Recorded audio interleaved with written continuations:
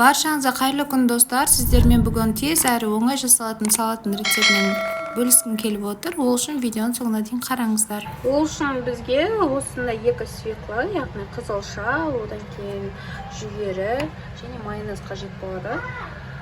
Ең алдымен қызылшамыздың сыртын ашып аламыз, сосын теркадан өткізіп аламыз, үкіштен өткізіп аламыз.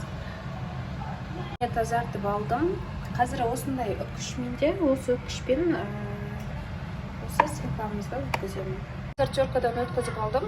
Осы жүгеріні, консервіні кішкентай банкасын қостым. Екі қызылшаға, екі кіші банка және майонез.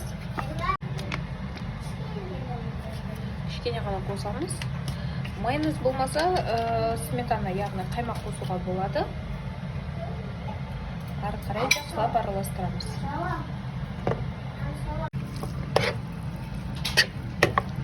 Міне біздің салатымыз дайын болды.